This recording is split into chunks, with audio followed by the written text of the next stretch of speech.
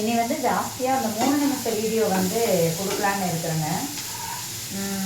Channel வந்து monetisation ஆகிருக்கு. அதனால் என்னென்னா என்ன சொல்கிறது, எங்களை மாதிரி குட்டிகள் வச்சு பார்க்குறவங்க நிலமை வந்து ரொம்ப ரொம்ப கஷ்டமாக இருக்குதுங்க. நிஜமாக இந்த டாக் சேனல் அப்படின்னு உள்ளே போயிட்டாலே பணம் வந்து பத்தவே மாட்டேங்குது.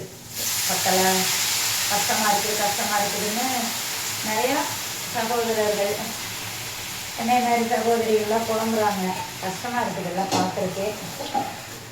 எப்படி நிஜமாவே இதுங்களுக்கான இதெல்லாம் ரொம்ப கஷ்டங்க.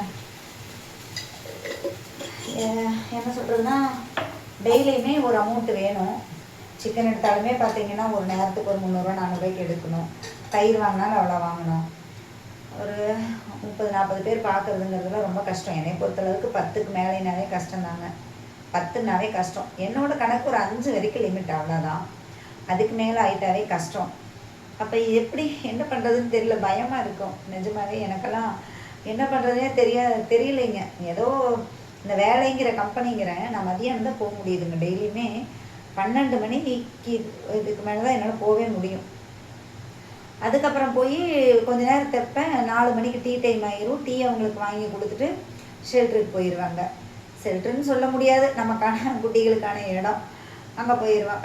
அங்கே போய் அவனுங்களுக்கு அந்த சாப்பாடெலாம் வச்சுட்டு அந்த வெளியில் இருக்கிறவங்களுக்குலாம் வச்சுட்டு வரும்போது 2 மணி நேரம் ஆயிரும். அப்போ 7 மணி ஆயிரும் கம்பெனிக்கு வரேன். மறுபடியும் 2 மணி நேரம் செய்வேன். திரும்ப வீட்டுக்கு வந்து எங்களுக்கானதை செய்யணும். இப்போ இதில் எவ்வளோ நேரம் நான் கம்பெனியில் வேலை செய்கிறேன்னு பாருங்களேன். ரொம்ப பயமாக இருக்குதுங்க. எப்படி சமாளிப்போம்? பணத்துக்கு என்ன பண்ணுவோம்? ஹாஸ்பிட்டலில் கடன் இருக்குது, இவங்களுக்கு சாப்பாடு போடணும்.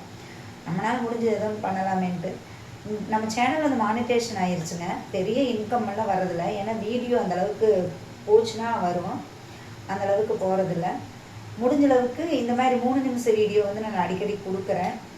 இதை வந்து நீங்கள் கொஞ்சம் உனக்கு போர் அடிச்சதுனாலும் அப்படியே கேட்டுக்கிட்டே உங்கள் வேலையை கூட பார்க்கலாம். ஓரளவுக்கு பார்த்தீங்கன்னா நிச்சயமாக ஏதாவது வாட்ச் அவர் கிடைச்சா கூட ஏதோ சமாளிக்கிற அளவுக்கு இருக்கும்.